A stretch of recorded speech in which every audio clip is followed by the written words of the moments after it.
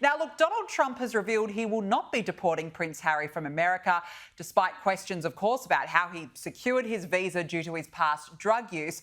But the best part of all this, Brad, is that Trump said he won't deport the royal because, quote, Harry's got enough problems with his wife. She's terrible. Now, Brad, well, look, from my perspective, he was just saying what the rest of the world is thinking. What do you reckon?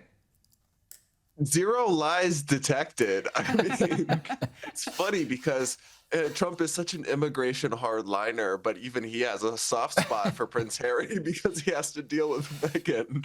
It is really comical. I mean, you can say a lot of things about Trump, but you can't say that he is not hilarious.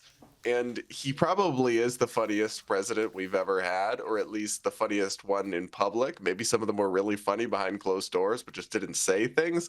What a wild thing to say, but he's not wrong. And I don't necessarily think that Prince Harry poses a safety threat to Americans. So if Trump decides to take it easy on him, I guess I won't mind. More content for us to laugh at.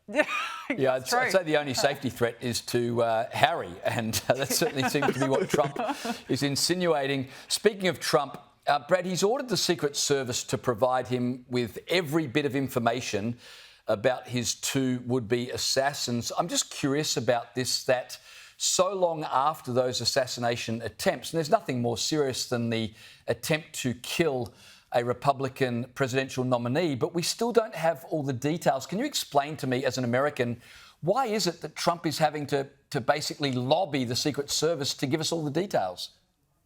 Well, I think there's been a total lack of curiosity from the mainstream media in terms of demanding these details and reporting on them in depth. I do wonder if we'd seen the same kind of thing towards a President Obama or Biden or Kamala Harris, I would have been equally horrified because, like you said, that kind of thing just has no place in politics in a civilized country. But I think we'd still be hearing about it every single day, even months later, whereas it's kind of just fallen off the radar and people have moved on to other things. There is a double standard with this kind of stuff where the media doesn't put the same scrutiny and demand the same amount of attention on things like this when they happen to Republicans. They kind of cover them and then just move along. But when they happen to Democrats, they kind of milk them for all that it's worth. So I put part of the blame for what you're describing on the genuine lack of curiosity from the American press about this stuff. You really would have thought that it would have gotten much more attention and scrutiny by now, but they took their foot off the gas, and so we still don't know nearly as much as we should. I mean, it's such a shame that, this is very serious. 2 assassination attempts. You'd think that there would be curiosity. It's bizarre that it's not.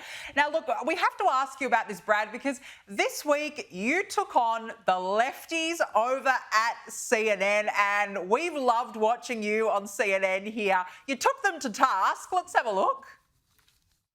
Terrorizing Americans. It's not terrorizing to get an offer. You want the tiny violin out for the people being offered 8 months of paid vacation. You may not care about Tell that to Americans who can't afford groceries. 8 months of paid vacation. What does that have nothing to do with it? For me, because these people buy groceries too. Because they are Americans who buy groceries. And they're very well paid. Their jobs. And they work for taxpayers. Oh, Brad, tell us, what was it like over at the Liberal Network? You made your grand appearance. How was it? Well, it was going into the lion's den.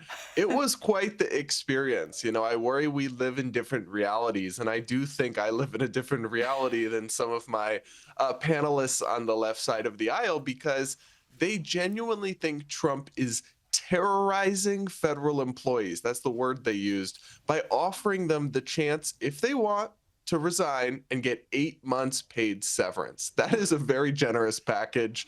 It is not even a termination or anything like that. So I just find that absurd. But look, it is good to have that dialogue, talk to people across the aisle. We need more of it. And I'd love to do it again. Absolutely. Good on you for doing it. We loved watching your segments. Brad Polumbo, always a pleasure to speak with you. Thank you so much for helping us make sense of America once again.